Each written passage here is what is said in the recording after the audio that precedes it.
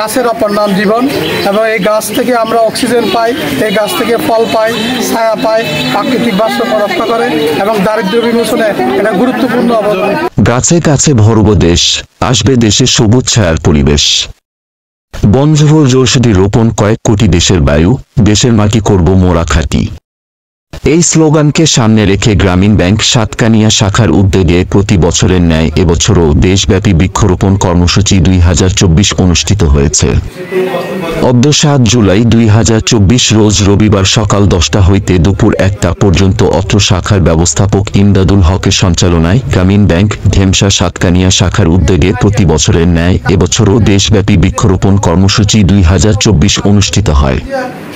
উক্ত বৃক্ষরোপণ কর্মসূচি অনুষ্ঠানের প্রধান অতিথি হিসেবে উপস্থিত ছিলেন কক্সবাজার জোনাল ম্যানেজার আশহাব উদ্দিন আহমেদ চৌধুরী এবং বিশেষ অতিথি হিসেবে উপস্থিত ছিলেন সাতকানিয়া এরিয়া ম্যানেজার মোহাম্মদ আজাদ হোসেন দেওয়ান ও ঢেমশা শাখার ব্যবস্থাপক মোহাম্মদ ইমদাদুল হক এবং গ্রামীণ ব্যাংকের সকল কর্মকর্তা কর্মচারীবৃন্দ সহ গণমাধ্যম কর্মীরা উপস্থিত ছিলেন।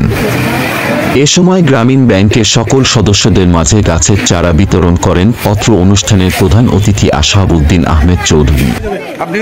গাছের চারা বিতরণ শেষে প্রধান অতিথি হিসেবে আশহাব উদ্দিন আহমেদ চৌধুরী তালাশ টিভি 24কে দেয়া সাক্ষাৎকারে তিনি বলেন, প্রাকৃতিক পরিবেশ ভারসাম্য নষ্ট হয়ে যাওয়ায় প্রাকৃতিক পরিবেশ রক্ষার্থে গ্রামীণ ব্যাংকের উদ্যোগে দেশব্যাপী বৃক্ষরোপণ কর্মসূচি অত্র গ্রামীণ ব্যাংকের সকল সদস্যদের মাঝে ফলজ, বনজ ও ঔষধি গাছের চারা বিতরণ করা হয়েছে। এবছর সারা দেশব্যাপী 30 কোটি গাছের চারা বিতরণের লক্ষ্যমাত্রা নির্ধারণ করে মৌসুমী গাছের চারা বিতরণ অব্যাহত থাকবে। মোহাম্মদ হারুনুর রশিদ চৌধুরী, নিউজ ডেস্ক, তালাশ টিভি 24। দেশব্যাপী বৃক্ষরোপণের কর্মসূচি হিসেবে আজকে সাতকানিয়া এরিয়ায় ঢেমশা শাখায় সদস্যদের মাঝে ফলজ ও বনজ গাছ বিতরণ করা হয়েছে এবং আমাদের এই বছর সারা বাংলাদেশে 30 কোটি গাছ বিতরণ করার লক্ষ্যমাত্রা নির্ধারণ করে কাজ চলতেছে। গত বৃহস্পতিবার আমাদের প্রধান কার্যালয়ে গণপ্রজাতন্ত্রী বাংলাদেশ সরকারের বন ও পরিবেশ মন্ত্রী জনাব সাবের হোসেন চৌধুরী উপস্থিত হয়ে উক্ত তারিখে 3 কোটি গাছ বৃক্ষ সারা বাংলাদেশে বিতরণ করা হয়েছে এবং এই বিতরণ প্রক্রিয়া সারা মৌসুম অব্যাহত থাকবে। আশা করি এই গাছ রোপণের মাধ্যমে আমাদের যে প্রাকৃতিক ভারসাম্য, কার্বন নিঃসরণের পরিমাণ এবং অনেক কমিয়ে দিবে।